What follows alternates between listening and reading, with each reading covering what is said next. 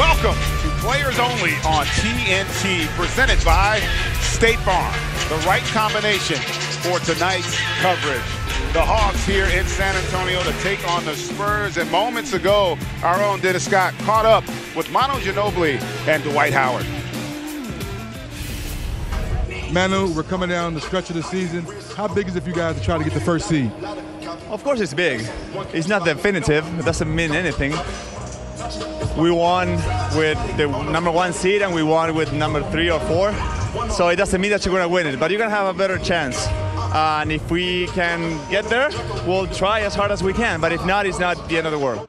Dwight, you're on a new team. Playoffs are around the corner.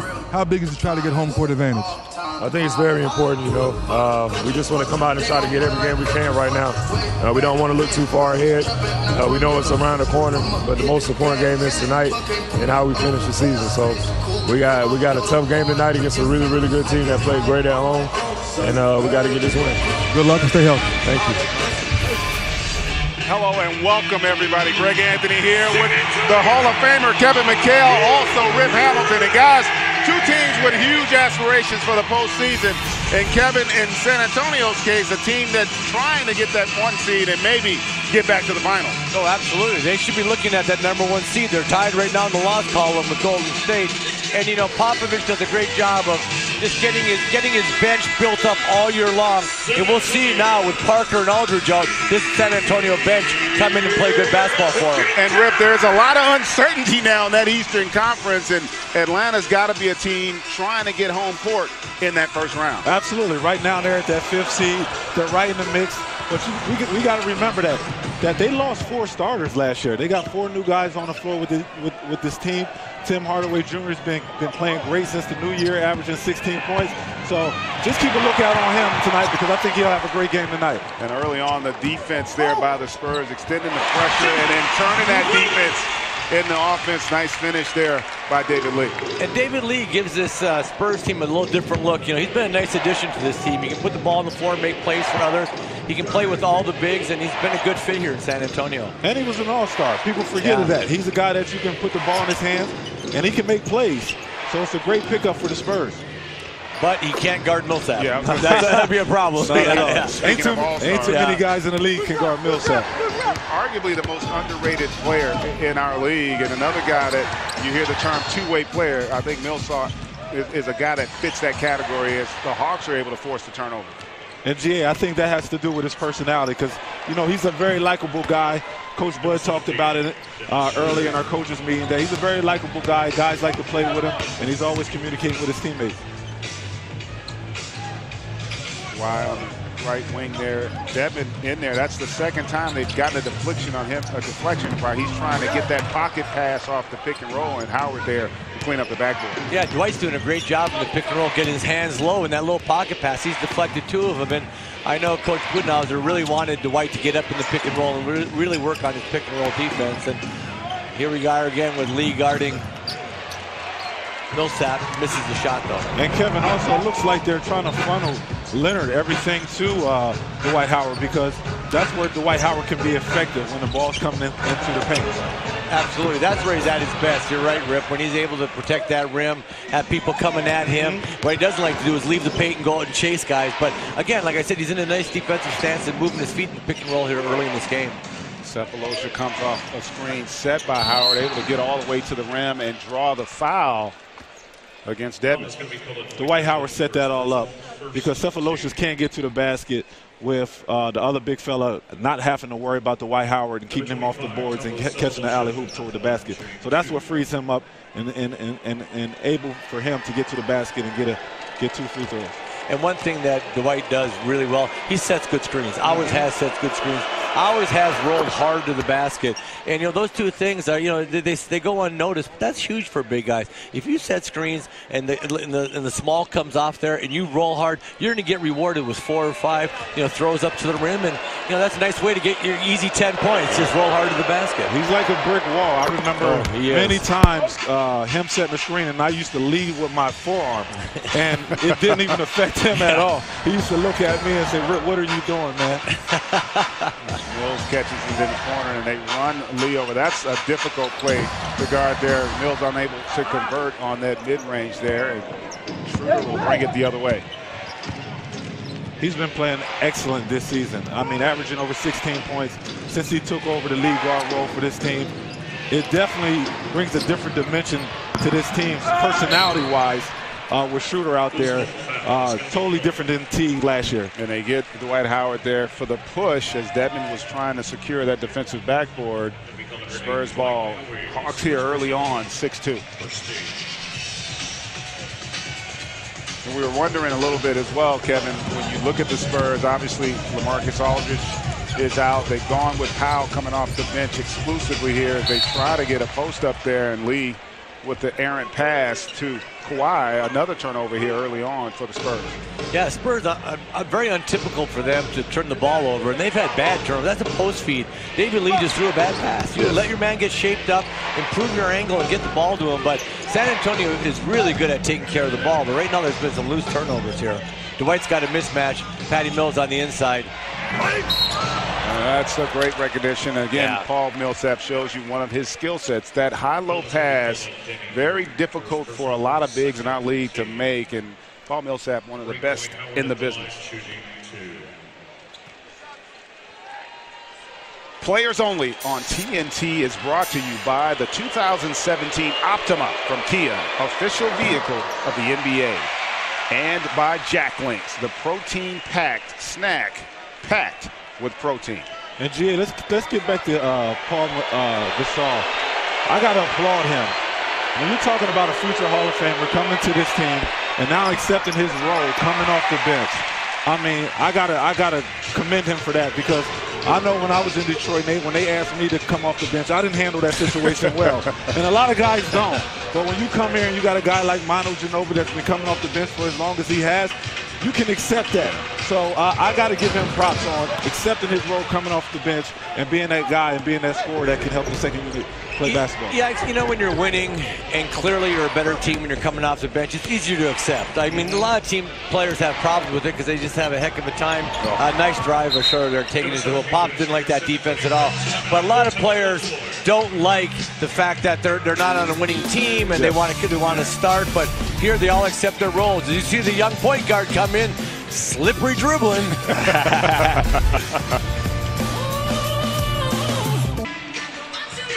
Welcome back, 8-2 here early on for the Hawks. And Sherman Williams asked experts.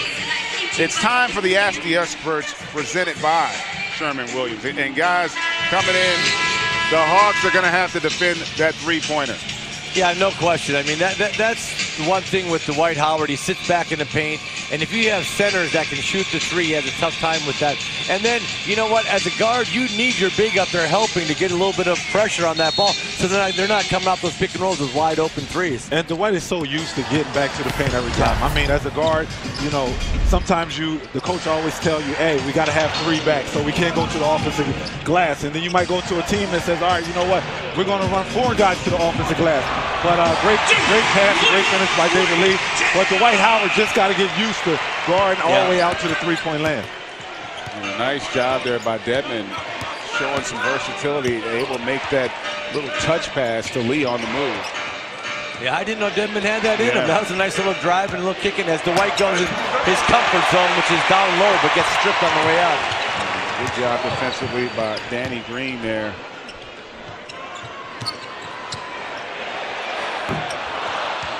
A little off target was Kawhi on that three, and they're going to say it's going to stay here with the Spurs. Yeah, Kawhi's first game back after having to sit out with the concussion and the concussion protocol and everything else, and so he's probably just getting his legs underneath him too. Because I mean, you get your bell rung that much, and it takes you probably a little bit to get going. I think that just got him. Or maybe that just got him going. I'm not sure, but.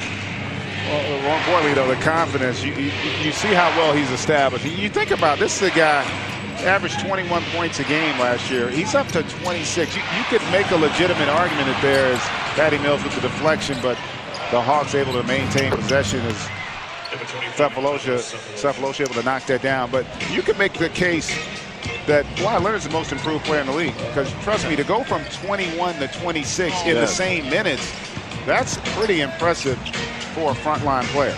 There's a case to be made that he should have been the most improved player in the league the last 4 years. Absolutely. I mean, it's been unbelievable. Another turnover. Nice to throw ahead pass. Ooh, and then just a bad turnover again by Atlanta in the break. Good job there by Kawhi defensively to force the turnover, and then Patty Mills on the other end with that triple. And there's an example defensively. He doesn't get anything statistically, Kawhi, on that, but he caused that turnover in transition with his length and athleticism. Inevitably, when you blow a break, it's a three on the other side or a layup on the other side. I mean, it always happens, and you just can't afford not to be able to finish those breakout opportunities. Oh, nice contest. How about the finish by Patty Mills? And it's been the activity since that timeout for the Spurs. They're getting deflections and getting out in transition. And again, Danny Green with a delivery. Patty Mills, great body control, and puts a little bit of that George Gervin English with the finger roll. The Iceman. And that's for the finish. And that's great when you got a guy like Patty Mills coming off your bench, because he's totally different than Tony Parker. He's actually a better shooter than Tony Parker. Tony Parker's better getting to the paint and finishing with the trees underneath the basket. But Patty Mills definitely extends, makes you play a lot better in space, because the court is a lot more wide open when he's out there making three-point shots. Nice find down low to Millsap into the corner for Bazemore. And that's a great sight. Bazemore's had a bit of a roller coaster ride thus far this season, down across the board statistically. Bazemore hasn't shot well all season long. I mean, it just must feel good to see one go in, because, you know, as Kawhi lines up a three, and speaking of improving three ball, Kawhi Leonard's just become a great three-point shooter. Yes. But, you know, getting back to Atlanta, they need Bazemore. They need their shooters to make shots. That's one thing that hurt them this year so far. Nice ball movement right there. Schroeder finding Bazemore going to the basket, but they need their shooters to make shots. Absolutely, and you got to remember too, Kevin, last year they had more of a flow. They had guys that really shared the ball, passed the ball around. Oh, Paul Gasol hits the three. But they had guys that really spaced the floor. Now when you add the Dwight Howard, now they're more of a half-court team. So guys are really stationary shooters now. A lot of times they got shots with movement and motion offense. So it's an adjustment for the team in itself. Welcome back. Watch enhanced live coverage of tonight's game with TNT Overtime. Visit NBA.com or download the NBA app to start streaming. 2-point lead here, and the Spurs have gotten back into it with points off turnovers, 9-2 in the ability to knock down that three, and there's another block shot. As that activity level, guys, for the Spurs has ramped up since that timeout that Pop took early. As you can see, their energy is a lot better since that timeout. Everybody's getting to spots. Guys are helping each other. They're forcing everything baseline. I mean, they're just active on the defensive end. Strong drive by Schroeder, unable to convert there after the contest by Kawhi. Yeah, Pop's been known to restore a little order in timeouts with the players. I'm sure he did a lot of screaming and yelling and got their attention as Gasol misses a wide-open three against the perimeter. Not able to knock that triple down. Cephalosha initiates in the half court. Hardaway Jr.'s in the game now for the Hawks, who has been a huge get for them, particularly the last 6 to 8 weeks. Guys, Tim Hardaway Jr. has been terrific for the Hawks. Let's go over to Dennis Scott. DZ, what do you got? Well, hanging out over here by the Hawks bench, they've been talking about Tim Hardaway Jr.'s confidence, his shot-making ability, and surprisingly, a lot of the NBA that he could put the ball on the floor and create shots for others. So his confidence is going to be key going down the stretch as the playoffs are around the corner. Great point, Dennis. And guys, you know this. There comes a point, especially with the guys coming into the league a little younger, where that it clicks, where they finally kind of figure it out and become the pro. And on cue there, Hardaway Jr. able to knock that down. I think sometimes you see guys, it takes them an extra year or two before they figure out their identity at this level. The biggest thing you got to do, you got to figure out what you can and can't do at this level. Stop doing what you can't do and do a lot more of what you can do. It's not that difficult. He's figured it out. And at times also, when you got that one vet in your locker room that has your back. For me, it was Rod Strickland in Washington. He had my back. He said, all right, Rip, just go out there and play your style game. and we're going to live with your good and in your bad. And when you got vets that have your back, that gives you a sense of confidence. And you can see on this Atlanta Hawks team that the guys got Tim Hardaway's back. Definitely a strong locker room. Great defense there by David Lee to force the miss. And how about the recovery there by Hardaway Jr.? Great recognition. Coming in from the far corner, as you see Schroeder lining up a three. Mills into the front court. And they run a lot of early offense through the Spurs there. Just a careless turnover. Kawhi takes his eyes off it. Kevin, let's take a look at that three by Pau Gasol from earlier. Yeah, you're going to see right now the bigs are up. Dwight's guarding Pau Gasol. And stop it right here. Do you see Dwight chase David Lee down the paint? All big guys love to get back into this area, leaving Pau Gasol wide open. It's called paint pull, and the paint really draws him in. You see that Dwight just gets sucked in really for no reason, leaving Pau Gasol wide open. But when you love to rebound and block shots, that paint's calling your name. Yes. That paint was saying, Dwight, come on in here. Please come on in here. And he falls for it all the time. He spends a lot of time in the paint. He has a tough time with three-point shooters like Pau Gasol. And checking in also for the Hogs, Jose Calderon and Taurean Prince. The young man has shown some flashes here of late for the Hawks. Another turnover. It has been a turnover fest here early on for the Hawks. And the Spurs are a team that typically really punish you for your turnovers. You know, they've got to the rim a lot, the Hawks have. They just haven't finished in there, and they've had turnovers going in there. They've got to take their time and finish, and then throw out. What the Spurs will do when you drive is they'll clog the paint. You've got to be able to throw out and find those shooters on the perimeter. Those little inside passes are tough to make. And I think the Spurs' length is bothering them a little bit, especially when they get into the paint. When they get in there, they do an excellent job, like you said, is crowding the ball. And you just got to make a great decision with the ball when that happens. Ilya Sova has checked in, and Bryn Forbes also for the Spurs into the game.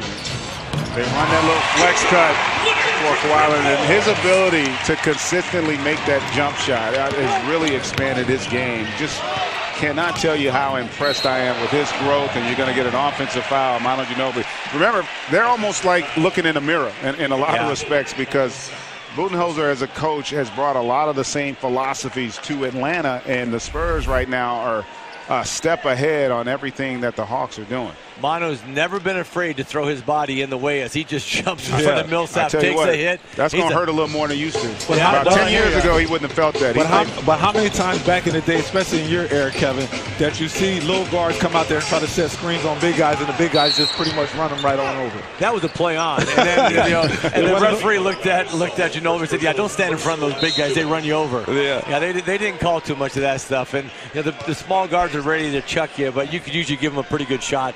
But now they're calling it now, and again, Manu's always been able to, very willing guy to put his body on the line. I tell you what, give the Hawks credit. They have their post defense against post entry passes thus far been really effective, creating turnovers and getting deflections. And the foul they're going to get there on Kawhi Leonard, and Paul Millsap saying, finally, he has felt he probably should have got a few other calls here early on, and finally gets one there. Yeah, Millsap has been trying to, arm hunt, and every time he swings through, he's trying to draw contact, as a lot of big guys do, and he hasn't got rewarded on those. He got rewarded on that grab by Kawhi Leonard. Calling all youth basketball parents and coaches, the Junior NBA has released a new free instructional curriculum designed to teach the game in a fun and effective way. Learn from NBA and WNBA players and coaches. Explore today at juniornba.com. Nice pass there in the foul, unable to convert. And this Hawks team is definitely one of the best in the league defensively, and really two of the best teams defensively, and you're seeing it, both teams struggling at times to get consistently good looks at the rim. But you got to like Paul Gasol in this lineup, especially when you look at this Spurs team, because with him being in the second unit, it allows him to be the first option. When he's with the starting lineup, he wasn't the first, second, or third option. with that lineup. Yeah, good call. You know, Rip, they can feature him as you see Calderon lining up the three. They can feature him with this lineup, and he can get more touches and get more rhythm on the offensive end. So I'm telling you what, all you guys, all you youngsters out there, don't worry about coming off the bench. Sometimes it's actually better for you, get a better role. Well, there's a couple Celtics that are in the Hall of Fame with that role as Burton is able to knock down that triple. And I tell you, they just keep reloading. They do the Spurs. Their ability to develop players and get them to fit into their system really arguably unparalleled in our league right now. Great defense. And Powell there with the block. And you guys made a great point. The beauty of Powell coming off the bench is he doesn't have to adjust his game. He does. With the starters, he does. And maybe not thrilled about it, but I think long-term to his benefit. And my goodness. Great defense, just better offense. Don't do him like that, young fella.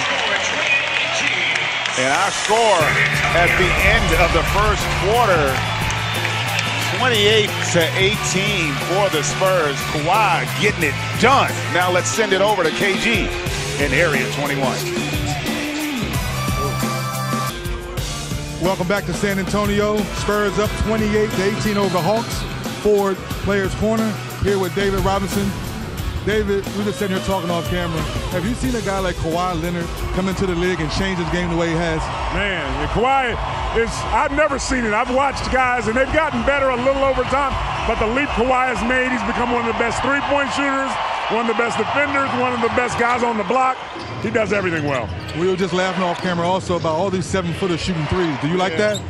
Not my style. You know, we built our reputation on defense, the Twin Towers in the middle, and I think all those big fellas are going to figure out that's what gets championships done. I know over the weekend you was hanging out with your son. Duke wins the ACC championship. How'd that make you feel? Yeah, oh man, that was amazing.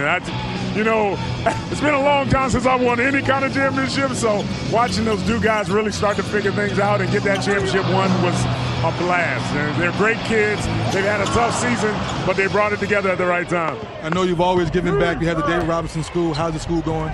Well, it's called the Carver Academy, much better name than mine, you know, but yeah, it's going great. Our 15th year, we've grown now. We're part of Idea Public Schools, and we have almost 6,000 kids in town here, so we're doing well. All right, appreciate you spending time with Players Only. Thank you, appreciate that. All right, guys, David Robinson. Thanks, DZ, and the Admiral there. And first of all, the Admiral was one of the first bigs that was comfortable playing on the perimeter, not necessarily shooting a three, but definitely had an impact outside. And I was just going to make the comment, that last defensive possession was as good as it can be played by the Spurs. That was amazing. I was just going to say the same thing. Everybody hustled. Everybody stayed in front of their man. Everybody rotated. That was a great defensive possession by the Spurs. And David Robinson started playing from the elbows and the top of the key where he'd drive the ball. He'd end up in the paint, but he started outside with his quickness and ability to spin and move. Silva on the low block with the cross. But I tell you, this defensive effort by the Spurs, it is impressive. They do a great job of paying attention to detail. I mean, they're everywhere. They're in the passing lane. Bad pass by Manu right there, but they're doing an excellent job of getting in the passing lanes and getting the steals that they're supposed to get out there on the floor. And guys, in today's game, we talked about it. In our era, Rip, the game was played the last 7 seconds of the shot clock. Today, you play the first 7, far more so. And what you want to do defensively is the later it gets in the clock becomes the 6th defender. And that's what happened on that last possession. And again, I tell you what, the Spurs come up with another. It's impressive to see Manu Ginobili at this stage with the level of activity he's had. He has just been a disruptor defensively for them. He's got a ton of juice, and in the open we talked about the depth of the Spurs. Here's the 5 guys off the bench, and look at the energy they're bringing on the defensive end. And just how much fun they have playing. The ball moves, it doesn't stick with anybody's hands, and they play a fun brand of basketball.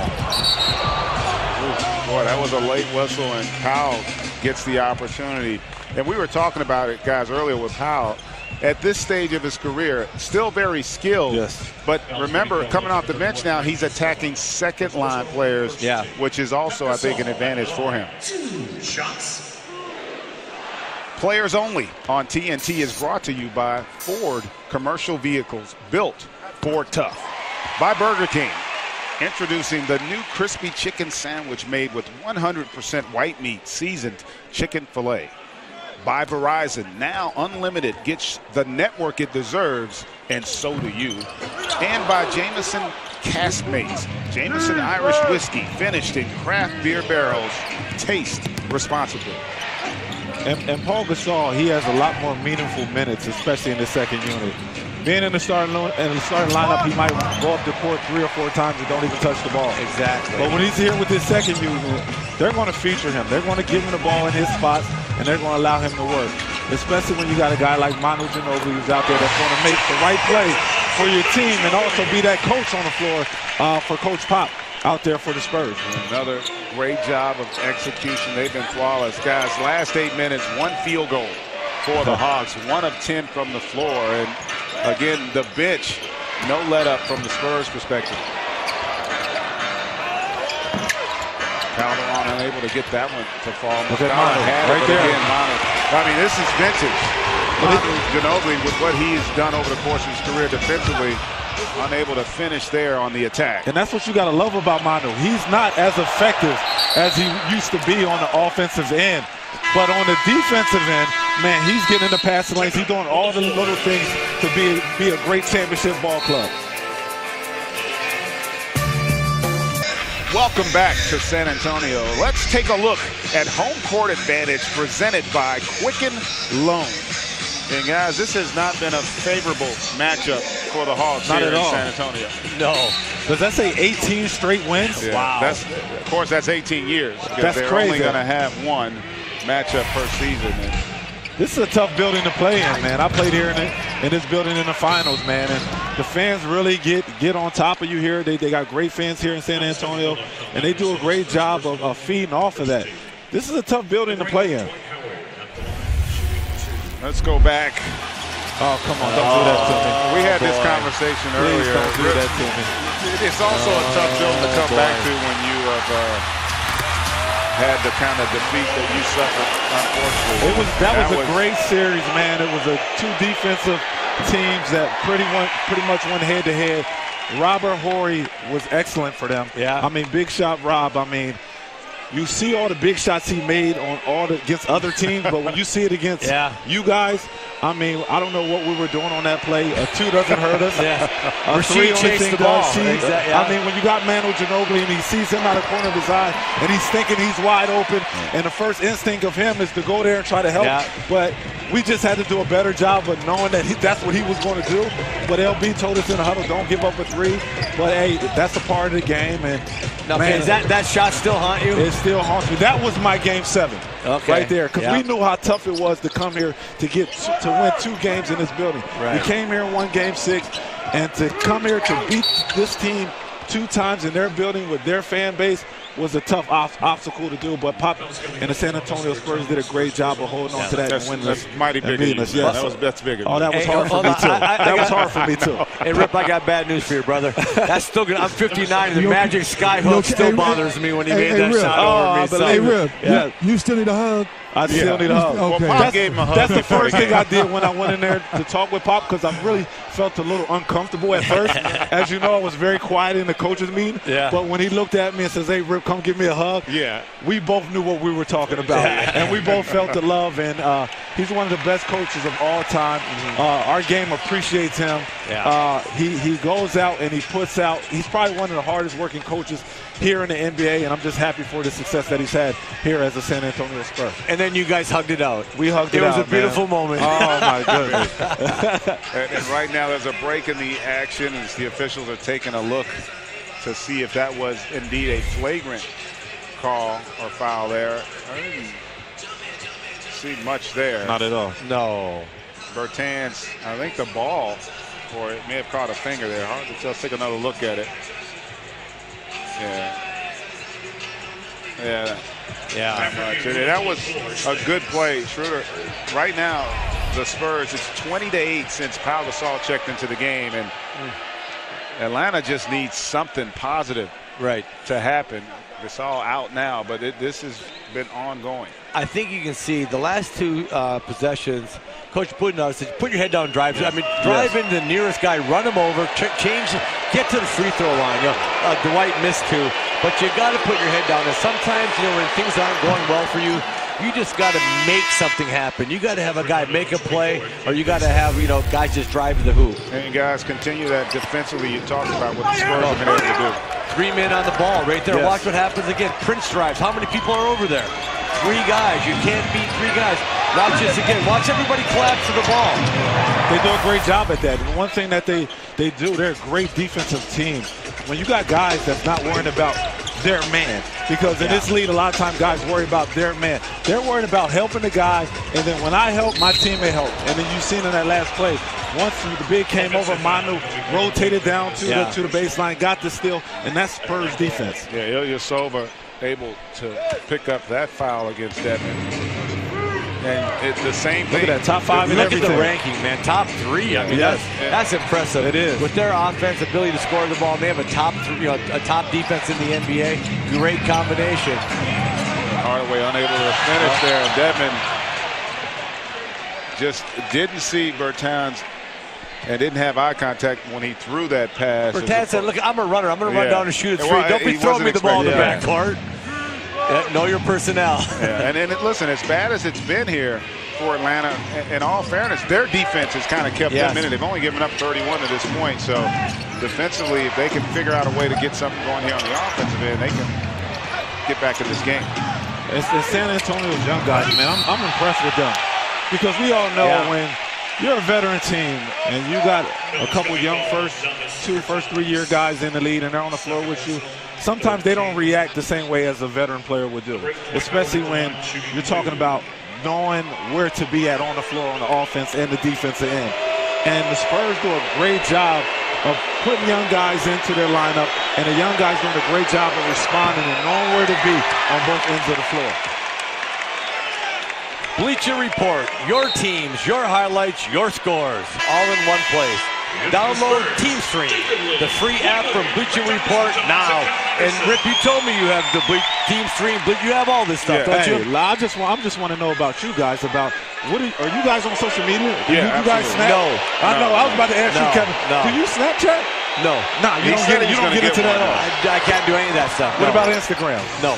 Oh, I gotta sign you up. I gotta sign you up. I'm gonna get you an account. He started texting this year. Yeah, he did. He's coming over to the dark side. So you're surely a dinosaur then. Yeah, I am. That's what Nate Robinson told me when I didn't have Instagram. He said, Rip, you gotta get Instagram or you're gonna be a dinosaur, brother. So we gotta get Kevin an Instagram account. Oh, just mistime that pass, and that possession there. That was a little bit of the Spurs' own medicine there, as the Hawks did a great job with their anticipation. This is the guy that got to get going right there, Tim Hardaway Jr.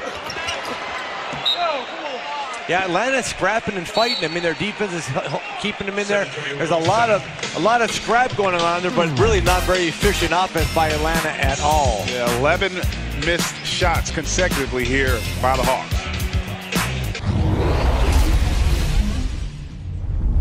We're getting you ready for the action, baby. That's all. We're getting you ready for the action. Sorry, TNT. Hey, I'm mic'd up, bro. He mic'd up too for them. Mic check. 1, 2, 1, 2. Good shot, Bazemore. Great ball movement, Black. Great ball movement. Stay, do. Welcome back inside track. Tim Hardaway Jr. and Jonathan Simmons are mic'd up tonight, and 10-point lead here, and we've talked about the struggles of that Hawks offense, but they have forced 12 turnovers here in this first half to at least keep the Spurs within striking distance. Yeah, Spurs have been kind of a little sloppy with a few passes and a few Atlanta's forced, but that's what's keeping this game close right now. Spurs are shooting 54% from the field. It's just those turnovers that I've heard of. And also, Atlanta's not getting anything from their bench. They're 1 for 9 from the field right now. I mean, they got to get something going on, especially with this lineup, especially Dwight Howard being out there right now. They got to get an easy bucket. Everything's been hard for them. Could have been goaltending there, offensive by Dwight Howard. And when it rains offensively, sometimes it pours there for the Hawks. And let's not forget the Spurs they're not playing with probably their second best player in this team, LaMarcus Aldridge. And maybe the third, with Tony Parker being out also. Patty Mills comes off that handoff, unable to convert. Hardaway in transition. He has to get going. Tim Hardaway Jr. has to get going. They need a bucket, and he can score in bunches. Mismatch down low. Ilyasova against Patty Mills. Good offense, but they're going to count the basket, Tony Brothers, and get Patty Mills there with the contact. So Ilyasova will go to the line, and just like that, a chance to cut it to 7 as Millsap checks back in for Dwight Howard.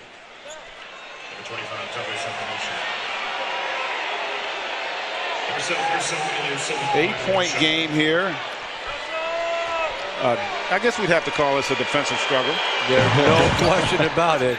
And the Hawks have changed up. They're going Ilyasova and all Millsap up front, try to get more spacing and try to get some offense. They know they have to start scoring the ball a little bit. And Ilyasova, he definitely spreads the floor for this Hawks team because they need something going. And it seems like San Antonio Spurs, they get any shot they want out there. They know exactly where everybody's at on the floor every time down the floor. With the Hawks, sometimes guys are hesitant about making passes, especially finishing at the basket. He does a great job of finishing at the basket right now. But a lot of times they get to the paint, and they're just not finishing. Yeah, well, that's the luxury the Spurs have. They've got a lot of guys been in this system for a long time. But Green jumps off the pick and roll and knocks it down. But to your point, Kevin, you saw Ilyasova just put his head down, drive to the basket, and get a basket there for the Hawks. See? And sometimes you see the ball go in, you get to the free throw line, you make a basket. Now all of a sudden the bucket looks a little bigger and you knock down a three-pointer. So Ilyasova is giving the Hawks a nice lift here. And Coach Bud loves him. We talked about him in a coaching meeting. He's a guy that once he got him here, he didn't realize how great he was. He's been a great plus for this team because he definitely spaced the floor. He can make plays. You can move him from the 3 to the 5 position. He's long enough to defend, and he can make shots. And there's an example there that this possession with Kawhi Leonard. He put the pressure on the official to blow the whistle there by initiating contact and then just hoisting it up, and he gets rewarded there. And they got to determine whether or not he was behind the three-point line there on that attempt. Let's take a look at the replay. I'm pretty sure it was a 2. Yeah, I thought it was, but I tell you what, that is a 3. He never brought the other foot down. Sure did. 3. Yeah, the old Dirk Nowitzki 1-foot shot. GA. Yeah, that was. It's funny. I'm watching it. And I was feeling like Kawhi was struggling. He's 5 of 7 here from the game. Let's take a look at the upcoming NBA national TV schedule. NBA TV tomorrow night, Detroit at Cleveland, and Philadelphia will head out to Golden State. ESPN on Wednesday, Portland at San Antonio, Milwaukee at the Clippers, and then ABC Saturday primetime. The Cavs go to LA to take on the Clippers. For more on these games, please go to NBA.com or visit the NBA app. Kawhi Leonard is a much improved medium-range jump shooter. I mean, over the years, he's definitely been something that he wanted to improve on. And if you look at him from 18 foot in, he's making them shots. I remember in Washington playing with the greatest player to ever play the game, Michael Jordan. And the one thing that I learned from him was the medium-range shot. And I learned from him because we used to practice all the time, and he used to always – I used to guard him in practice, and he always used to come at me and take 1-2 dribbles and pull up. And he used to tell me, he said, Rip, get that in your game because that's the hardest play in basketball to defend. Anytime you can take 1 or 2 dribbles and have the defense on their heels, they can't get the same explosion when they're on their heels. And Kawhi Leonard has done an excellent job of being a much improved medium-range jump shooter. Wow. Comes off, unable to get the shot, finds Green. He doesn't knock down that 17-footer. The Hawks will get possession. One thing you're noticing with the Hawks here in their half court, their inability to drive. They're trying to play around the perimeter, and the Spurs are jumping all those passes, disrupting their rhythm. They're going to have to start trying to make the adjustment to attack off the dribble against the Spurs defense. They just have to get more easy baskets. They got to get in transition. They got to find a way. Once this Spurs team especially gets locked in on the half-court sets, I mean, they're playing 30, 40 feet from the basket. And you saw there, Patty Mills did a heck of a job of denying Schroeder. And again, that perimeter pass leads to the turnover. And Kawhi with a left hand. Wow, that's a really tough shot by Kawhi Leonard. Mike Budenholzer not happy with the officiating on the other end, but that does not take away from what Kawhi Leonard's able to do here in the open floor. If anybody ever said that when they traded George Hill for Kawhi Leonard, and if anybody would say that Kawhi Leonard was going to be this great, I would tell them they're lying because I didn't see it. No. To be honest with you, this guy has improved night in, night out, year after year. Like you said, GA, he can easily be the most improved player in our league. Along with potentially being the MVP. Players Only on TNT is presented by State Farm. Welcome back. 12-point lead for the Spurs here. A little over 4 minutes to go in this second quarter. Elbow pick and roll into that baseline. That's some good quick hitting action there by the Hawks. Yeah, it's a nice little cross screen for Millsap to come and have a nice, easy little 12-footer. And, you know, the Atlanta Hawks guys see the ball start going in the hole a little bit here and get them confidence. They got to get a lot more easier shots. I mean, I think they're still struggling. Like who is the man on this team? I think they're struggling with that. Like, who are we going to go to when, like now, we're struggling offensively? We can't get a basket. Who are we going to give the ball to get us to the free throw line to either get 2 free throws or get something in the paint? Well, Dennis Schroeder will tell you right now, I'm the man. Because on that possession, that was a strong, hard attack at the rim.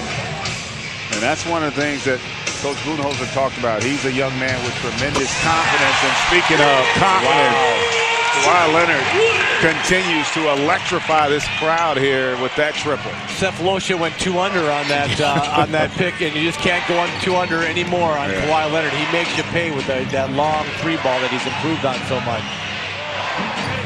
Schroeder unable to knock down that triple.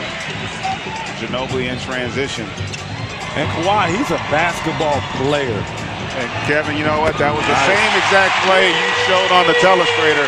A transition double stagger pick and roll where they dive lead, and it puts Dwight Howard in a tough rotation. He read the wrong one. I should say Ginobili made the right read and able to get the finish as Bazemore with the hard attack and able to get that. And you're starting to see the Hawks at least attacking the rim a little bit, but you see as he comes off here, Ginobili, they're going to run that double stagger, and in transition, the defense isn't hit. And when David Lee dives, the rotation's not there. Millsap's not in position. He doesn't want to leave Patty Mills in that corner, and Pau Gasol rewards the Spurs there with a triple. And again, you know, Dwight kind of got no man's land. He really didn't stop the ball, and he wasn't on Gasol, and that's what I'm saying. When Dwight plays against those 3-point shooters, he has a tough time of getting out there. And that's, you know, but Dwight's kind of an old-fashioned center. Protect the paint, rebound, block shots. And most big guys are having trouble with that. I mean, now you got 4s and 5s are extended way out to 3-point land. Bigs don't want to be out there. Oh, that's a tough one. Ilyasova thought he had a charge there against Kawhi Leonard. Doesn't get the call. And that extra pass to Ginobili for the triple. And the Spurs starting to open it up here offensively. I mean, you think about how good this team is. They got 2 starters out in Aldridge and Tony Parker, and they have not skipped a beat for the most part here on both ends. Pop has done a great job, man. The system, man. People don't understand, man. When you're playing in the system like this for so many years, great finish. Nice finish there, and Schroeder wanted some contact. Hard contest there by Powell, but unable to deter the young man at the rim. That's what they got to do right now. They got to put their head down, like Kevin said, and get to the basket and put the onus on the referee to make a call. Because right now they're having trouble scoring every time down the floor. Wow. Short on that triple to David Lee.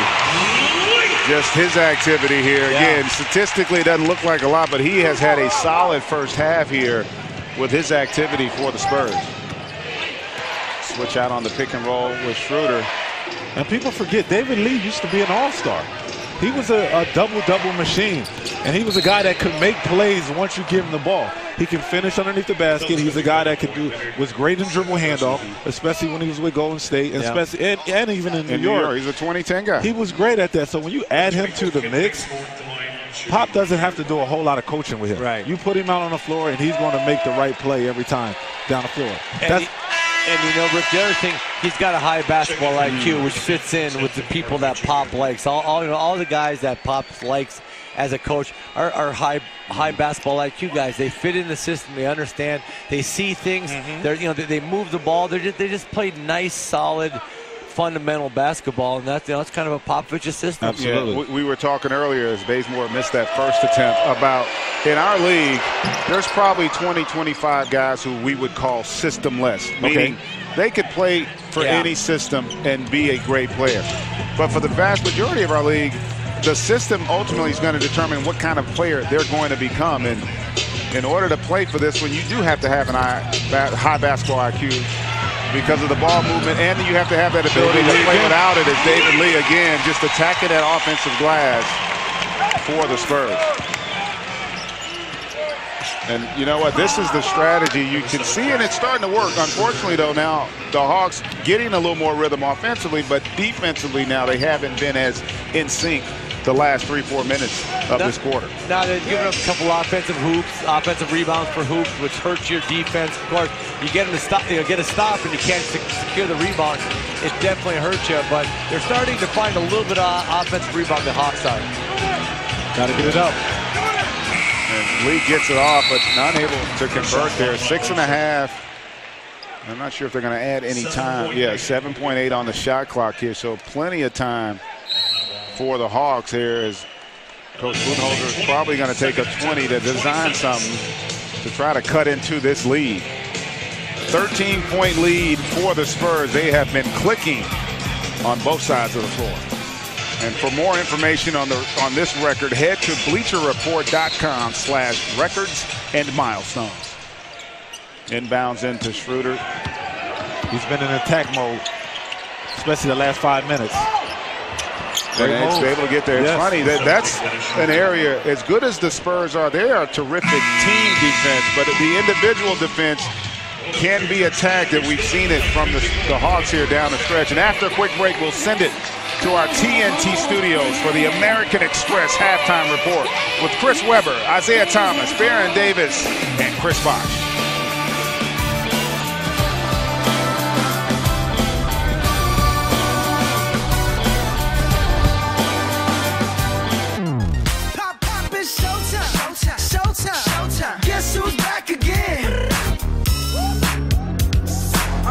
Man with some money in my pocket, keep up. Players only, come on. Players only on TNT is presented by State Farm. 11-point lead here for the San Antonio Spurs. And guys, it shouldn't be much of a surprise that the San Antonio Spurs, a team that leads the league in three-point shooting at just under 40 on the season, has gotten off to a terrific start in that first half. No, they're doing a great job. They shot 9 for 17 from the three-point line. And the one thing that I love about it, their best players out there making plays, not just for him, but for his teammates too. And they do a great job of getting three-point shots in the offense. Paul Gasol, when he was with the Lakers, didn't shoot a lot of three-point baskets, but comes to this team and extends the floor for them.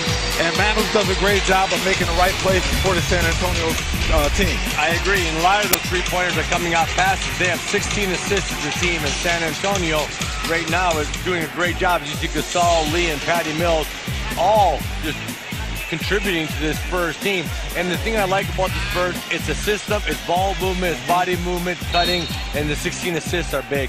Yeah, it's huge. Court camaraderie presented by Jamison, and it has been the others, guys. You talked about it. Mills, Gasol, those guys have come in and contributed nicely for the Spurs here, and that's why they're up by 11. It's kind of like what we talked about earlier, Kevin. When your best player is happy for his teammates and happy for other guys that score baskets. You told me Larry Bird was the same way in Boston. Yeah. So when your best player has confidence in you to make plays and make shots, it makes your job easier on the basketball court. No question. When your teammates enjoy your success, it really makes everything fun for everybody. And I said, Larry was great. You got to go, and Larry would say, how many do you think you can get? Keep on going. I mean, he would just encourage you, and he'd tell the other coach, hey, I don't know, coach, you better make an adjustment.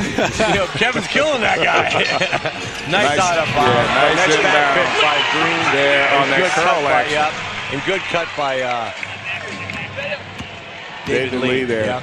And that last offensive possession by the Hawks did a great job of getting something easy down low there for Dwight Howard. And guys, let's get over to Dennis Scott, who caught up with Patty Mills before the second half started. Patty, big first half for you guys. How's the mindset different from you as a starter and coming off the bench? I don't think it is. It's got to be the same mindset, especially at the end of the season here. Aggressive mindset, coming into the game and making plays. But I think defensively is where we can assert ourselves, and me especially, you know, on that end of the floor to be able to, you know, get through this end part of the season. It looked like y'all's ball movement got going there late in the second quarter, knocking down big threes. Yeah, ball movement's always good, and then that's how we play. We've got to take better care of the ball in the second half. But again, back to defense, you know, knowing individual guys and team defense, that's what we've got to pick it up in the second half. Appreciate you spending some time with me. Always, man. Thanks. Thanks, Dennis. And I was still trying to figure out that hairstyle by was my that man. A curl? No, it's, you know what? It's like, I was going to say it's a mohawk, but it looked more like some mohawk.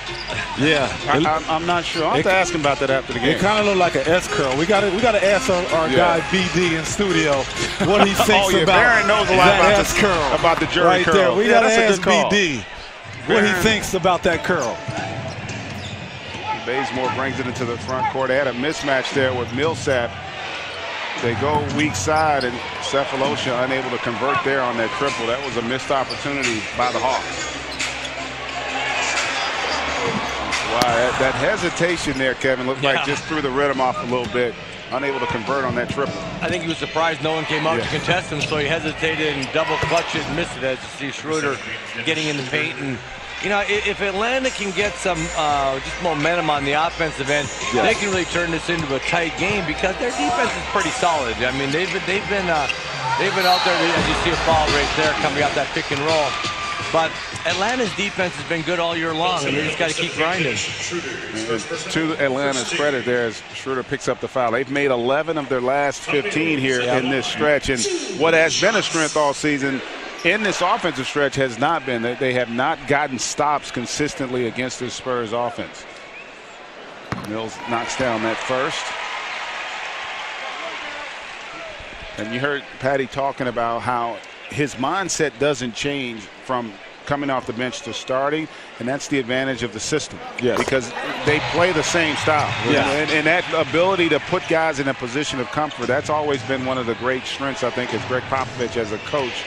They don't really adjust what they do, and David Lee, they're able to come up with the deflection, and they're going to get a quick timeout, are the Hawks. And you can just see the level of frustration for Paul Millsap right now. They have bottled him up here early on thus far. 11-point lead for the Spurs here in the third. Davis, what a move by Anthony Davis. Davis cleaning up the mess. A steal by Thompson. Thompson getting it done at both ends of the floor. George with the steal. Is the best player on the floor. Hooked away from behind from Butler, and he saves it to Cannon. Let me step back and kiss myself. Leonard raises up. Nothing with the ball. Blocked by Leonard. Welcome back, and guys, who you got of those five right there? Do we got to pick off this? Okay, I'm gonna throw a few more names in for you. I think you got to think about Giannis Antetokounmpo. Okay, I mean, maybe, you know, offensively he's still developing, but the two guys that stand out for me are Kevin Durant and LeBron James. I don't know how they aren't going to be considered two of the top two-way players in our league. And I gotta say, you can't argue with LeBron James. You got to add KD in there, especially with how many block shots he's averaging this year. But also you got to look at a guy like Chris Paul. He's a guy that takes challenges. Like every time a great point guard comes into that Staples Arena, he's always looking forward to play against big-time matchups. And he's not afraid to guard them, too. A lot of times in our league, guys don't want to guard the best player because they want to spend more energy on the offensive end. Yeah, that was a heck of a play there by Kawhi Leonard there. DZ, I know you got to add something to this. Yeah, no question about it. You talked about it earlier. What about a guy like Paul Millsap? Oh, great call. Great call. Every DZ. night he guards the best power forward or the best forward on the other team. He scores. He's efficient every night. But I don't think he gets enough credit to being one of the best two-way forwards in our game. That's a great call. It has gone to four You mentioned a lot of good stuff. The best guy sitting right out there, Kawhi Leonard. I tell you I take him over everybody. He guards 1, 2, 3, 4. He can even guard some 5. Yeah. His offense has become unbelievable, and he's making clutch shots at the end of the game. And the only reason you watch that, the highlights they showed of him, that was a 3 he made at the end of the Houston game and a block on James Harden to seal the game. Yes. That's all you got to know. He's doing it at crunch time all the time. And Kevin, who does he remind you of a guy that, you know, back in the day that you played against that could defend the same way that Kawhi could defend? Oh, wow. How about that shot by Danny Green? Wanted the opportunity at a 4-point play, but you don't have to settle for 3, Kevin. You know, I look at Kawhi, and, you know, he's got those long arms, and I'm trying to think of somebody back then who was as good a two-way player, and I'm just trying to think of, you know, I'm having a hard time matching somebody up to that body size. What about Scottie Pippen? I was going to say Scottie. Scottie's a guy. I think Kawhi's, and Scottie was a terrific scorer, don't get me wrong, but Kawhi seems to have another level in terms of the efficiency with his scoring as well. And I tell you, this is another area where he's improved. His facilitating, doesn't get the assist there, but he's improved with his ability to make his teammates better.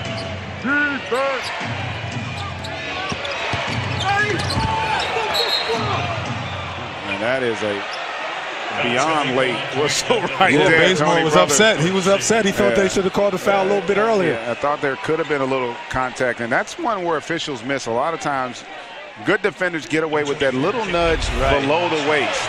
And like everybody looks up where the shot is, but you don't see it from there. But the feeling is that he had a little bit of a push there on his backside, and let's see it from a different angle.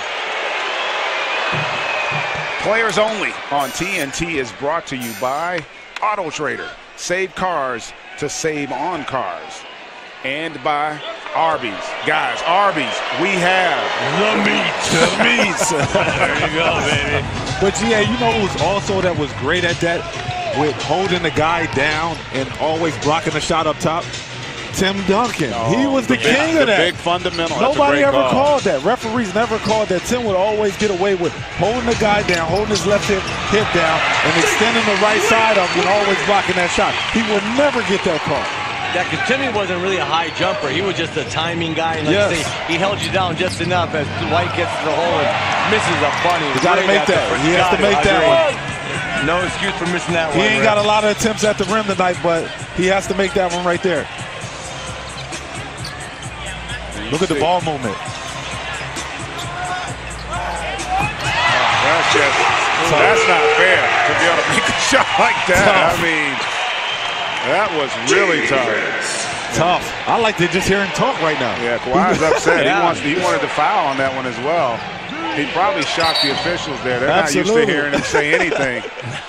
I think I might have gave him a technical foul just for the simple fact that he started talking. And it started with Kawhi. The ball just whips around, and then they have a guy in Kawhi who can finish here. A little bit of contact, but strong enough to still be able to get it off. And I think Tony Bro's like, you talking to me? That's about as much emotion as you're going to see out of Kawhi Leonard. He doesn't complain at all, and he just goes out and does his thing. But what a tough shot by Kawhi Leonard to finish up that great ball movement by the Spurs.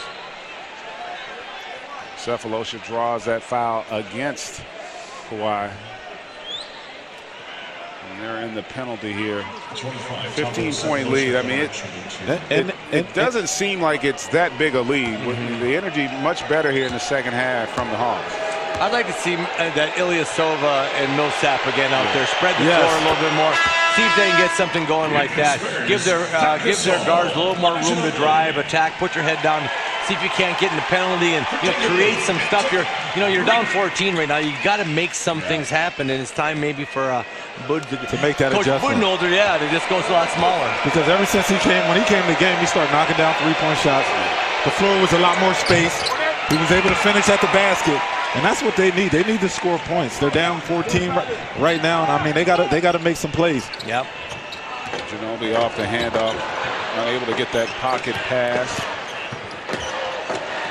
Well, they do a great job. The chemistry there, they don't get that one to fall. As Bazemore comes off with the rebound. And that's low position there. Great job of recognition. Yes. And that's that early offense, the deep rim run there by Dwight Howard. And able to get in there to convert for the Deuce. Nice rim run by Dwight. You know, coaching him, when he gets the ball down to that low, he's got a nice little left-hand jump hook and a right-hand jump hook, and he can really make that. He just got to get down there in front of the rim and eat up all that paint. And he should get more plays like that, especially when they're playing 4 out, 1 in, because there's only nobody in the paint but him. Right there, he's open again. I think they got to give it to him quick. Great block. How about Gasol with the timing there? And that was an example, Kevin, where Dwight didn't hit him with the shoulder. It allowed Gasol to gather and contest. Yeah, I think Dwight wanted to quick shoot that. He was in the paint a long time. I don't think he wanted to get 3 seconds. So he tried to quick shoot him there, and Paul Gasol got up and got a hand on it. And people don't understand that when you're a bad free throw shooter, a lot of times guys try to get the shot off quick because they don't want to go through the free throw line.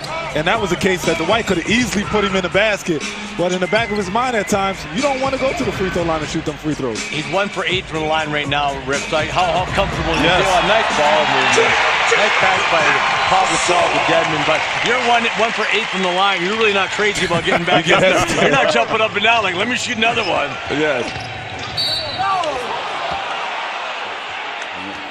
You're going to get a foul. That last possession kind of, you saw Kawhi run down the basketball, but immediately with the right read on the pick and roll. And then Gasol, don't forget, one of the best passing centers to ever play the game. He has a terrific feel to be able to make plays for his teammates. You know, Paul Gasol's ability to make plays back when he was with the Lakers was a huge part of that success from the Kobe Bryant and Andrew Bynum and him. Exactly, they were really good together. I mean, they made a lot of high lows, and he was fantastic in the triangle system.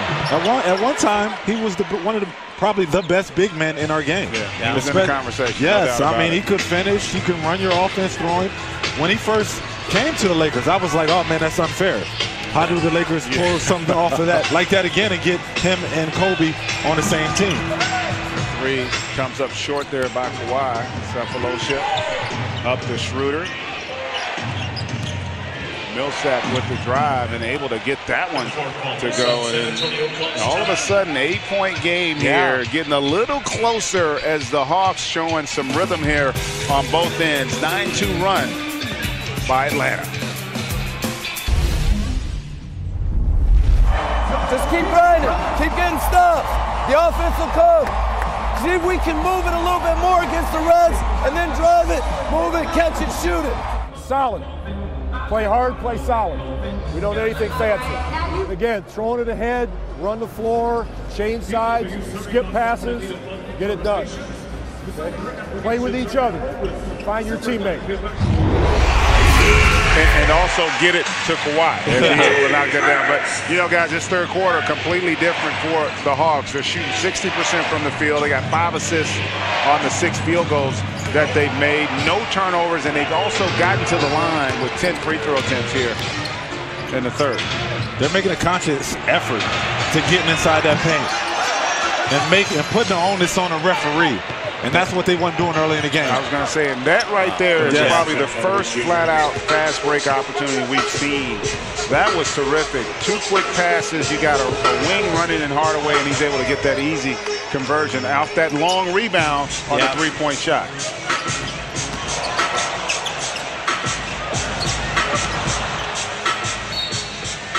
Great contest by Cephalosha all over Leonard on that little fadeaway. And I love that backcourt pass to the front court. Not enough teams do that.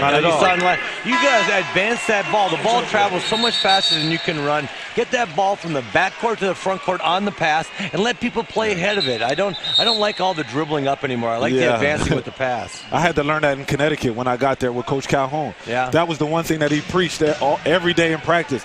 You gotta the ball can get up the court faster with a pass than with a dribble. And most guys don't want to get off that ball. They want to be in control of the offense from the rebound all the way to the opposite end of the court. But you can score a lot faster when you throw that ball up. Schroeder unable to knock down that big shot, and Spurs get it up in the front court quickly, and Mills comes off, unable to convert. He has not shot it well, and there's another offensive rebound by Joe Anthony, but the turnover. And a good quick foul there by Patty Mills, because that would have been an easy deuce for Tim Hardaway Jr. And Atlanta got to play faster, especially with this lineup of the Spurs when you got Anthony and Gasol in both at the same time. This is the time for Atlanta to put their foot on the gas pedal and try to get the ball up the court and get easy baskets because they can make a run. 3 minutes and 43 seconds left to go in the quarter. You're down 8. This is the time right now that you have to make a push because once the Spurs get back into that fourth quarter, they're in their comfort zone with keeping the lead. Yeah, right now the officials trying to determine if there was a clear path here. Tough one, I thought. Yeah. I was going to say, it looks like Patty Mills was in front of. I think when he did the initial foul, he was in front of him. I think by the time everything ended, he looked like he, kind of dug from behind a little bit. She just grabbed him if she was going to grab him. I don't know. It's kind of a close one. I think it's spending a lot of time on it. You think it's 2? I think it's 2 shots. A lot of times, too, depends on the angle, and they're going to give them, they're going to call the common foul there. Yeah. And also, they're in the penalty, though. They've done a good job. We talked about they've been much better here in this third quarter offensively and gotten themselves into the penalty. Hardaway converts on the first. Now I'd like to see, can they run some offense through Millsap? They're in the penalty. Can you get him at the elbow? Can you get him off the box? Can you get him driving and getting to the line? You know, Millsap's found a little bit of rhythm here in the second half after I've really got kind of a uneventful first half. Never got any shots. But see if Millsap can be a guy that can carry you home. Because in the playoffs, this Atlanta Hawks team has got to find out who's going to be the guy to carry you through tough times. Exactly. Especially with them being in the penalty right now. And with this lineup in, they got to get the ball to Millsap in space. You can't sit there and post him with Gasol because Gasol's long enough to contest his jump shot. But if you get him in space and allow him to create, then he can easily get to the free throw line. And Millsap there on the loose ball trying to block Gasol out. And right now the Hawks got a 13-4 run here against the Spurs. Cut this thing down to 6. And in the penalty too. Yep.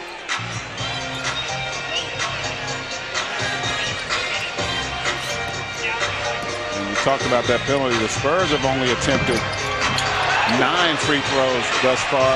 Gasol with the offensive rebound, and Patty Mills still can't seem to get going. Gasol's length right there. Deflected out of bounds by Millsap there. You know, how about Gasol getting that offensive rebound, not even looking at the rim, turning around and throwing it out to Patty Mills for a 3. And that's the new game. That's the new NBA. Yeah. You know, years ago, the big would just power that up and try to get fouled. He turned around and looked for the open 3, which is a great time to shoot 3s after offensive rebounds. I know I would have got cussed out if Rashid got a rebound like that and threw it out to me and I shot a 3 and then throw it back to him. Because back in the day, that was the game, especially when they have inside presence and the guys on their back. To throw that ball back into the big fella for him to finish. But like you said, now it's all about the 3-point shot. And guys, we know from watching the Golden State Warriors, watching the Houston Rockets, whenever you get a rebound, the big guys aren't looking to score it back up. They're looking for the small guys out there on the wing to knock down 3s. Yeah, Dennis, you wouldn't like me. I wouldn't have thrown out there come hell or high water. I got an offensive rebound. I'm shooting that thing. It back up. Damn right, I worked hard to get that bad boy. I was shooting it. Yeah, D, you'd have been out there just looking at me. I've been waving. I'm like, come on, K-Mac, I'm open. You still be open. Well, guys, I tell you what. Danny Green, boy, that was a huge big shot there. 4-point lead up prior to him knocking that down. And really, San Antonio offensively has gotten a little bit stagnant, and credit Atlanta. They've been more active and more physical here in this third quarter. And Kawhi with the deflection there. Felt like it was off of Schroeder, but it's going to be the Hawks' ball with 16 on the shot clock. You can see Kawhi with the reach in right there. Cephalosha converts there in traffic with that deuce. 5-point game here, 2:10 to go in the third. It seems like Atlanta's getting to all the 50-50 balls. All the balls that they wasn't getting to in the first half, here in the third quarter, it seems like they're getting to them. Look at Schroeder. Yes, right there. Nice find out by Hardaway Jr. and Cephalosha has given them a nice little bounce here in this third. That was the UConn Husky throwing up the sideline, get them ball that advance play. Yes. I mean, it takes so much pressure off your half-court offense when you do that. Gasol Doesn't get it the first time, but that offensive rebound, that's the one area, because the Hawks have gone small here with Ilyasova and Millsap, and they have struggled to control that defensive backboard.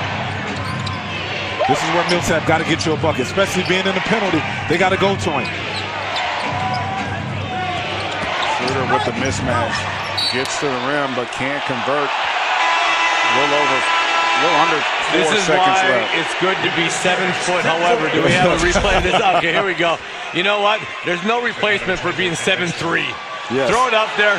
You're just longer than everybody else and tip it in. Why? Like, if that were a guard, if he were 5'10", you'd say he's 5'7". But now you're going to say Gasol's 7'3"? Oh, he's huge. I'm done right now. Gasol's huge. And Isaiah Thomas with the Celtics is like 5'6". Yeah. If you're a big guy, you want to be bigger. If you're a small guy, it's cool to be small. Good ball movement there. Just like that, that triple gets it back up to 8 and gives the Spurs a little breathing room here. Danny Green, 9 points in the quarter.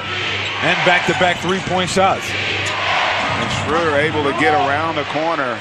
And he's attacking that big on the switch off the pick and roll. Did a good job there to convert. Yeah, Atlanta's running some horn set with both bigs up at the elbow, so there's no basket protection for the Spurs if Schroeder can beat his man off the dribble. Gasol with that baseline jumper can't get it to go, and Ilyasova with the bust out.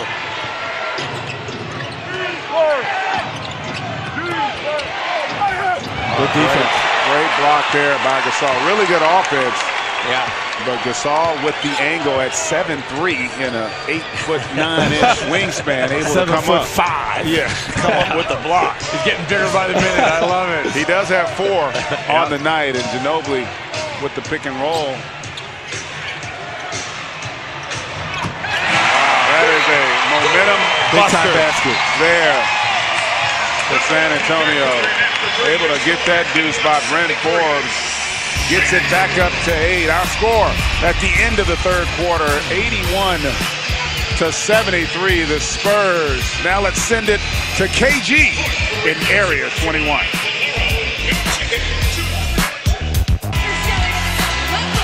Players Only on TNT is presented by State Farm. And guys, it got a little heated in that third quarter as the Hawks got back in this game.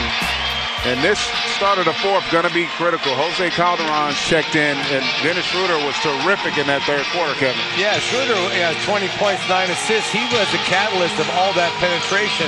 Now, Jose Calderon's got to come in and find shots for his teammates, you know, get them going. And he's got to be a guy that can generate, not scoring offense, but generating opportunities for other people for drives or shots. Yes. And Paul Millsap, he only took 9 shots so far in the game.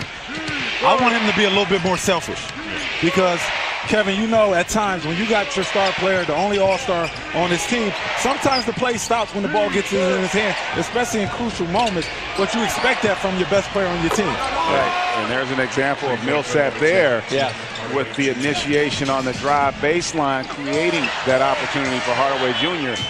from the triple. Yeah, Millsap collapsed the defense with a hard drive and finds Hardaway, who knocks it down. He's going to make the right play. So I think everybody knows that. Yes, it was. Partner is Ginobili off on that triple. And you can just see this is like a different team right now, the Hawks. Sensing that they have a chance here to maybe steal one and break that streak. And Millsap, they're running their offense. I think that's a great call by you guys. Budenholzer decided, I'm going to keep my best player in against your second unit and run my offense through him, which takes some of the pressure off of Calderon, who's not going to create the same type of opportunity that you got from Schroeder as Bertans knocks down that triple. Yeah, Bertans wasn't even in the rotation to start the season, and now he's a vital part of it because he can knock that 3 down. And I say Popovich does a great job of just developing a bench. Yes, he do. Millsap there, not able to get that. So let me ask you a question with Pop developing players the way that he has done. If Kawhi Leonard goes to any other organization, is he as good as a player as he is that we see today?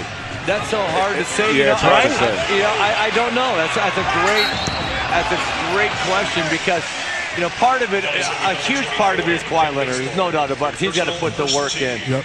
But I'll tell you what, being here, being part of this system, I just think he's so comfortable. Every single night he steps out there, he knows what shots he's going to get. He knows where he's going to get it, and he just fits this San Antonio system. Yeah. And guys, to add to that, when we talked to Pop earlier and last week, he talked about he's willing to be coached, Rip. Gotcha. And I think that's the biggest thing. If he had to be at workout at 8 o'clock, he'd be there at 7 o'clock. They want him to stay later, he stayed later. So each year, everything they've thrown at him, he's absorbed and now added to his game. Yeah, I do think it's a bit of both, because the reality is, listen, most guys do work to improve, but not all guys have the capacity to improve, especially at the rate of what we've seen with this young man. This is not a guy who was destined to be a superstar in this league, and I do think being in the system, being able to see how Tim Duncan did things within Greg Popovich's system, and then not having the pressure to have to deliver, and they're going to get an offensive foul. Bertans did a great job there, just moving his feet and selling it. Millsap's frustrated, and it's going to get a delay of game there, but what you're looking for on this play is that left shoulder of Millsap. Is it in the sternum of Bertans? And that's what a lot of times officials looking for. If that left shoulder hits Bertans' shoulder, then it's a block. But it looked like it was closer to the middle of his chest, and that's why he was able to get the call. Millsap was just a little bit too upright on that. You know, if he's a little bit lower, it's going to be a defensive foul. He just was a little too upright on that rip-through move. Well, there's an example of Calderon coming in from the weak side to disrupt that play, and Hardaway Jr. can't convert, and Howard keeps it alive and will retain possession for the Hawks. Hardaway got to get easy baskets right now, because he's been struggling tonight, and for him, he got to get to the paint. He got to get a layup, because he's athletic enough to finish at the basket with the big guys. Yeah, that was not a good shot. Not a good shot at all. Calderon coming off of that elbow, can't turn the corner. Hardaway with the three.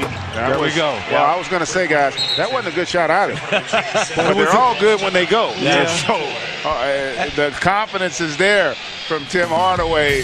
He said to you guys, hey, every time I shoot it, it's a good shot. I felt the same way too, GA. If it goes in.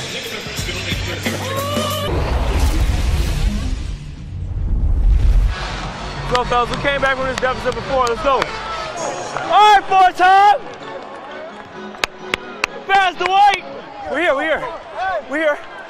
I got you. That's me. No, we're good. Yes, sir. Way to move it.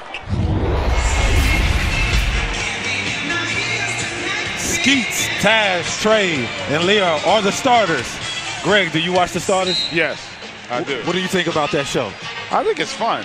Absolutely. I have a lot of fun. Those guys, the thing I love about them, I don't know if there's anybody on the planet that loves basketball more than they do. Those guys have a lot of fun. You got to go on their show. They don't invite me on anymore. They don't? Why? What did you do? I don't know. I follow them on Twitter, Snapchat, all that stuff. See, that's the key. I don't do any of that stuff. I'm on their show all the time. And they're on every single. Exactly. Is what you're saying. Greg might do too much research because he researches everything. So for them, they do the same thing. They're on every single night during the week, and it's a fun show to watch. And like you said, Greg, they do love basketball. As the Hawks get a big stop here, and hey, 5-point game, boys. Right back at it. And how about Greg Popovich? Jonathan Simmons hadn't played all game. Yeah. And he decides with 8.5 to go, basically, to insert him into the lineup, looking for his energy level to increase. As Dwight Howard with the grown man offensive rebound there, but a good job by Simmons with the foul. Foul is going to be Jonathan Simmons, first personal, first team. Number 8, Dwight Howard at the line, shooting 2. Players Only on TNT is brought to you by the all-new Alfa Romeo Giulia, by Wingstop, the wing experts. I'm a lemon peppers guy. Lemon pepper? Yes. By Interstate Batteries, the car battery auto techs prefer. Interstate, outrageously dependable. And by American Express, the official credit card of the NBA. Them lemon pepper wings. Everybody can't. Honey barbecue is my favorite because everybody don't make great lemon pepper wings. Wingstop does a great job. Kevin, what's your best? What's your I like favorite the flavor? suicide wings and a cold beer. We all like the cold beer. That's so we talking old about the flavor. Yes, I'm just saying the suicide. I like the spicy wings. And hey, look at guys. Let's not disregard the fact that Dwight Howard made 2 free throws. Oh, he did. Yeah, he was 1 for 8. That's called a streak. Yes. Oh my goodness, you kidding me? What a pass and finish there. They're right back in it.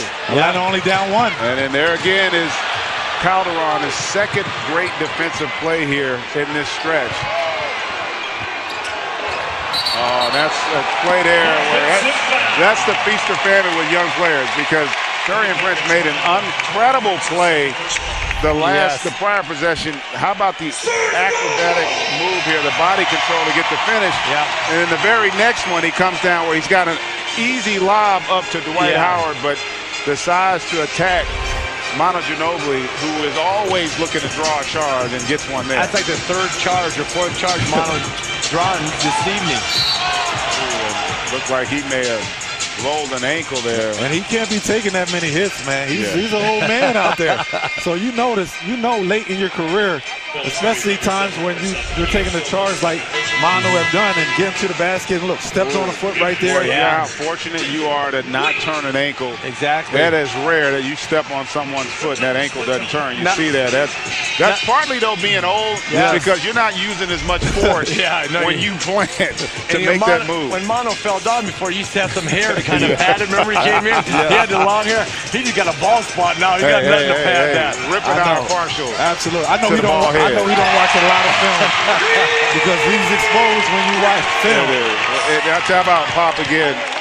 Brent Forbes comes in, knocks down that triple there. That ends a 7-0 run for the Hogs. And we got a 4-point game here. Good backdoor. Nice backdoor. Nice play. And you talked about it, Rip. You said Tim Hardaway Jr. had to get going. And boy, he has answered the bell here. He can get hot. He can really get hot. I mean, early in the season, he had a game against Houston where he got hot. And Coach Bud left him in the game and went to him every play down the floor in the 4th quarter. That's 2 possessions there, though, with mistakes. But here, great pass, too, by Ilyasova. And you talked about that high basketball IQ. Ilyasova is a player of that ilk. Unfortunately, not on that last possession where he's a little out of control and turned it over.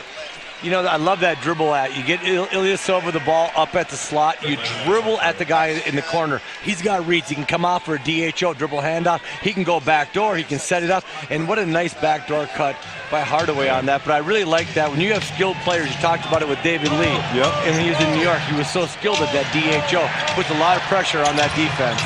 And what set it up, too, was Hardaway making the 3-point shot. Now they gotta worry about him making that 3-point shot. It's easy for him to make a backdoor cut because Kawhi thinks once the guy makes one, he's going to make another one too. Yeah, that was a heck of a play there by Manu Ginobili. And Dedmon gets the finish. And they're going to get a hold on Dedmon. And I'll tell you what, that was some physical basketball in that possession defensively. But watch Ginobili. He sees the shot blocker, gets the commitment, and Dedmon does what bigs are supposed to do on penetration. Run to the rim. And oftentimes you're going to get rewarded with an offensive rebound or a finish if you're playing with a great passer. Find an open spot so Manu Ginobili can find you. Don't go hide. You know, Dwight comes over to block the shot. Manu knew he couldn't shoot over him anymore. Along with the ball spot, he lost his lift. And, but, you know, he makes just a great find and a great pass. Oh, good job defensively by the Spurs. They extended the pressure.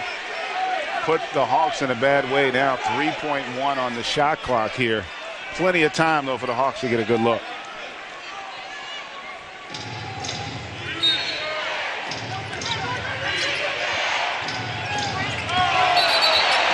You know what? That was a situation there. Where Dennis Schroeder, he rushed himself. He had enough time to show a pump fake. 3.1 seconds, a lot of time in the half court. You could take 2 dribbles and still get a shot off at 3.1. And he just wanted to rise up and shoot it like it was 0.7 on the clock. And he just got caught in the air with nothing to do. He traveled. He already had it in his mind before he even caught the ball that he was shooting it. Kawhi can't get that little baby skyhook to go, and they're going to get a foul on Kawhi. That's one of those frustration plays. You don't make the play on one end, and he just tugged Millsap running in transition there, and the officials right on top of it. 4-point game here. And we were wondering whether or not the Hawks are going to make it a game. They've done a heck of a job. And you're starting to see why they have shown so much progress in the midst of a 3-game win streak here. This would be a huge one to get on the road for this team. Dedmon with that defensive rebound off the Millsap miss. Mills turns the corner, can't get to the rim. Kawhi looks determined to get one to go, and he can't get that mid-range to fall.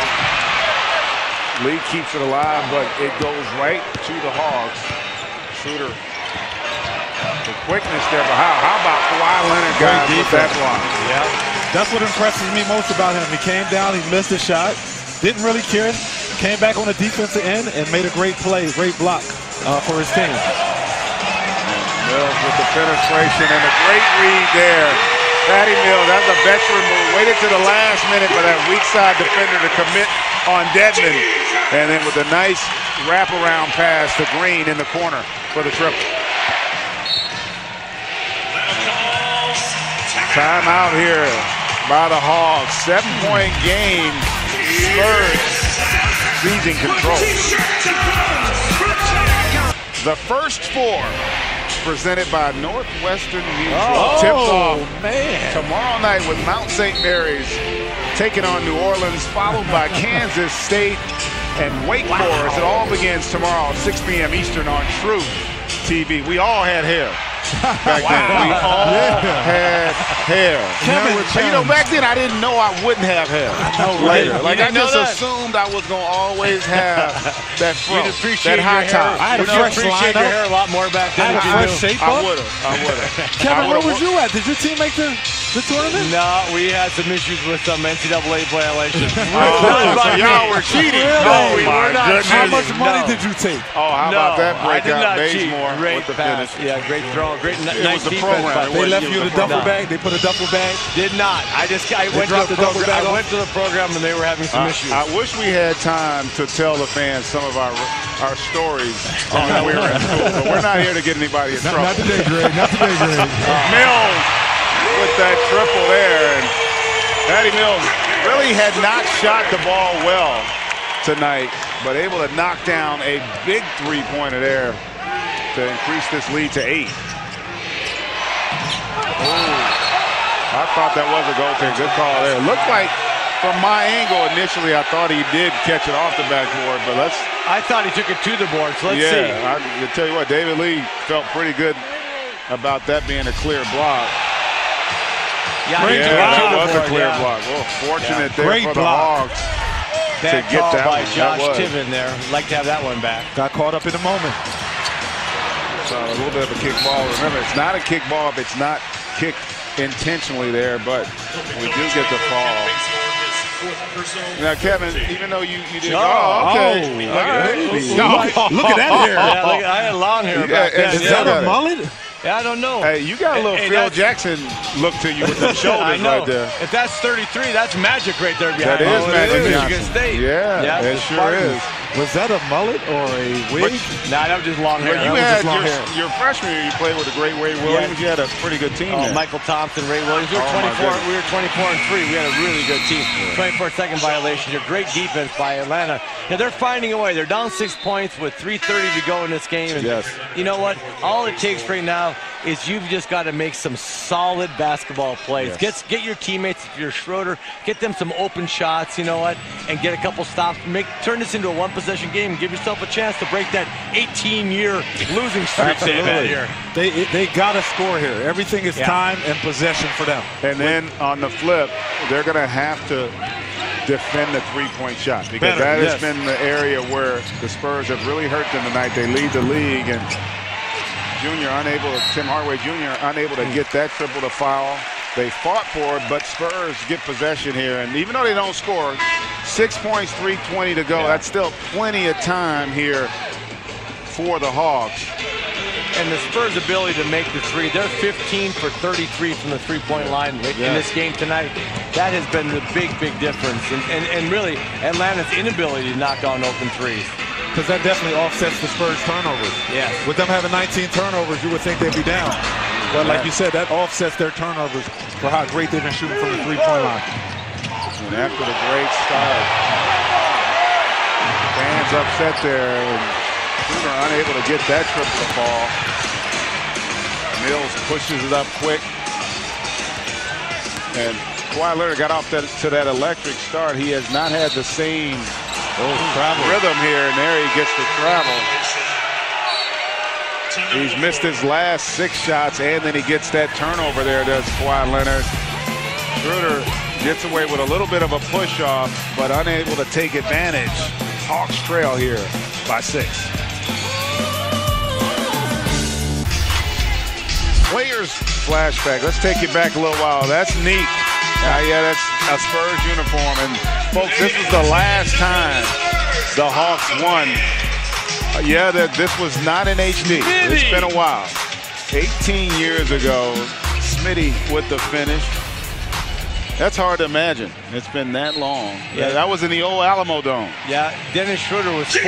Yes, the last time his Atlanta Hawks won a game here. I just graduated from high school. Yeah. Ilyasova on the wing, and Millsap out to Schroeder. He's just been off on that 3 all night, and great hustle there by Gasol to save it, and Mills to the front court. And guys, it's rare that Leonard has a night where he's got as many field goal attempts as he does points, but missed his last 6. Has not been able to get into a really consistent rhythm here. Credit to Hawks.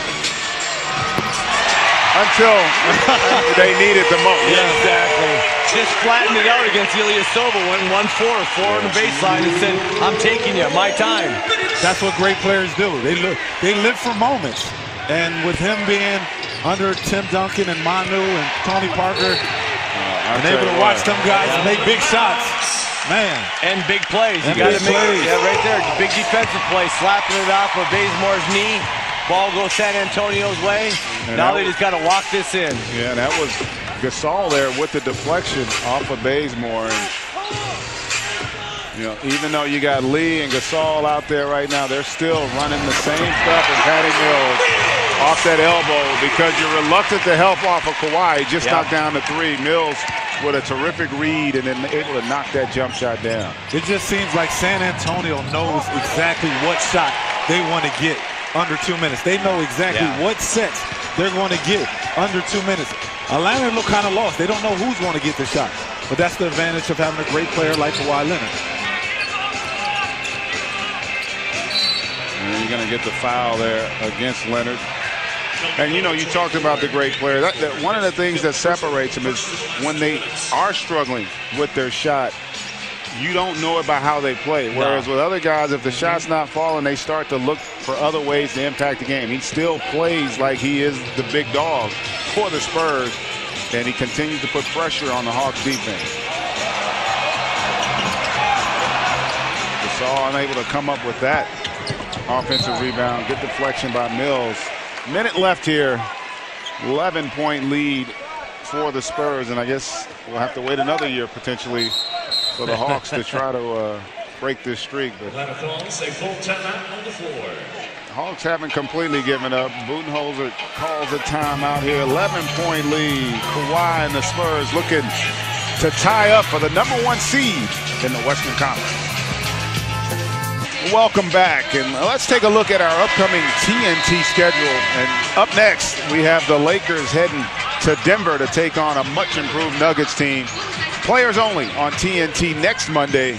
Guys, we'll be in Oklahoma City as they host the Warriors at 8 o'clock, and then the Knicks head out to LA, yes indeed, to take on the Clippers. Coverage begins at 8 p.m. Eastern with the Players Only pregame show presented by Auto Trader. For more on these games, please go to NBA.com or visit the NBA app. Hardaway comes off and knocks down that triple, cuts it to 8. Nice play drawn up by Budenholzer.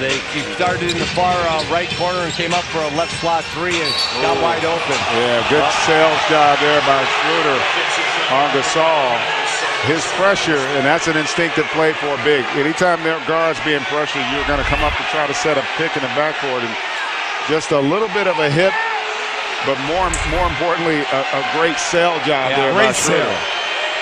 Greg, you know all about that. You used to flop on all that stuff. No, those weren't flops, man. Making us you guys are hitting look me. bad. Oh, we used to love it. We just run into you and lay into you to avoid taking most of the contact. Oh, good defense.